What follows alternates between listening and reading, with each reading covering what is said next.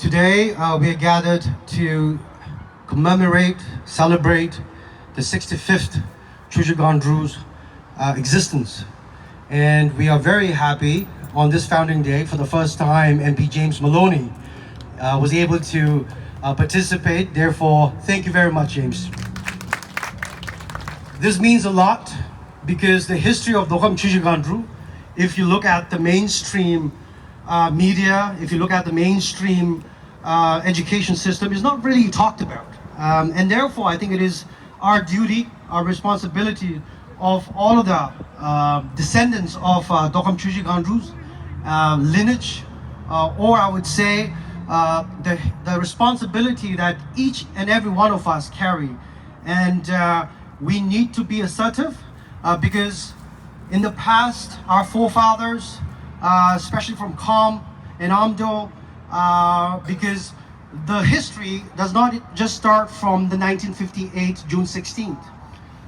It is a catalyst because His Holiness the Dalai Lama was able to escape from Tibet in 1959, and Chushi Gandru's association and the military assistance and the connection with CIA played a pivotal role in terms of that escape. And I think it's important to understand. But there's another history that no one talks about, which is the decade-long history that came from Amdo and Kham, primarily from Kham, because that's where the Red Chinese army penetrated from the east.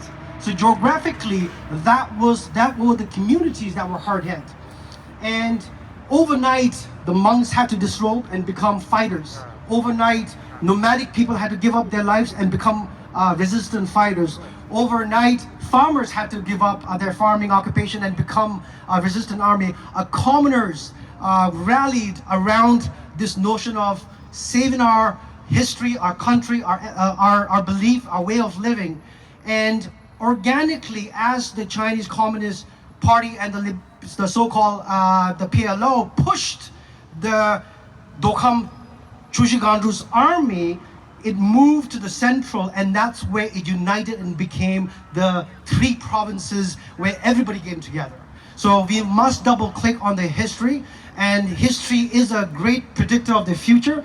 And as descendants, as a lineage coming from Dokam Chushi Gandru's family, it is our responsibility to be assertive and continue to create awareness in the realm of advocacy, in the realm of friendship, in the realm of conversation. And we have created great partnership with James, and we continue to create great partnership out in the future. Therefore, without further ado, I would like to invite James Maloney onto the stage and say a few words. Thank you, James.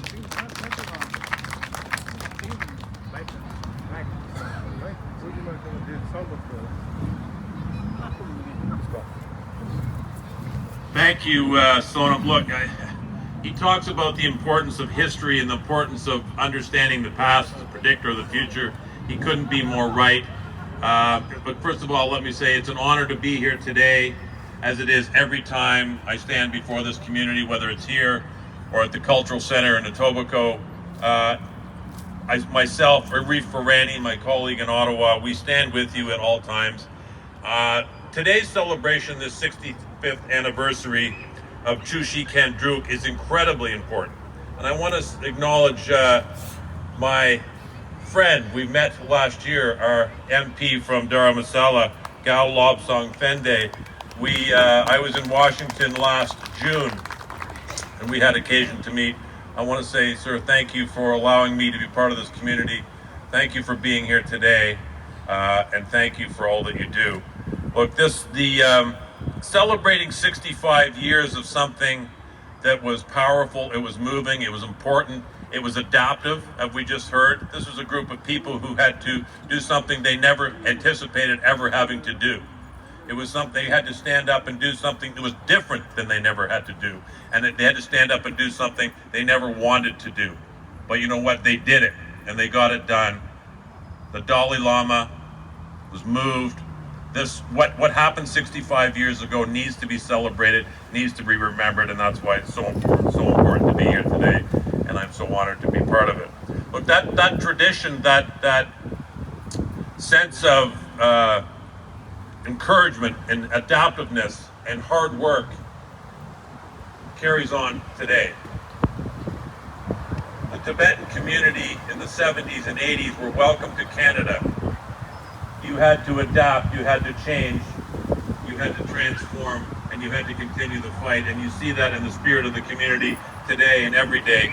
Just this past week, we celebrated Tibet Day on the Hill in Ottawa, and you can see it there. It's a small community in Ottawa, but it's a powerful community in Ottawa. You see it, I've seen it for 8 years as the Member of Parliament for Etobicoke Lakeshore.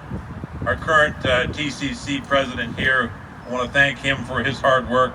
But I reflect back when I was first elected in 2015, and my friend Sonam Longkar was there, and you've seen the evolution and the significant change that's happened to that center. That is driven by leaders like you who characterize the personality traits that I've spoken of and that have brought us here today. So I want to thank you all for doing that. And you have my commitment, as long as I'm elected and long after I'm elected, that I will stand with you at all times and do everything I can to support you. So thank you for allowing me to be here today, part of the celebration.